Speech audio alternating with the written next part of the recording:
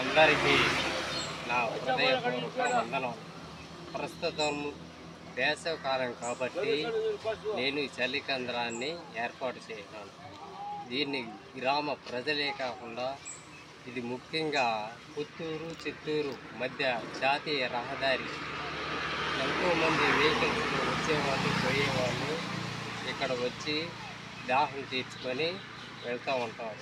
ఇది గ్రామ ప్రజలే కాకుండా చాలామంది వెహికల్స్ ఆపి ఇక్కడ దాహం తీసుకొని పోతూ ఉంటారు. ఈ కుండలను రోజుకు 2 సార్లు శుభ్రపరచడం అనేది జరుగుతుంది.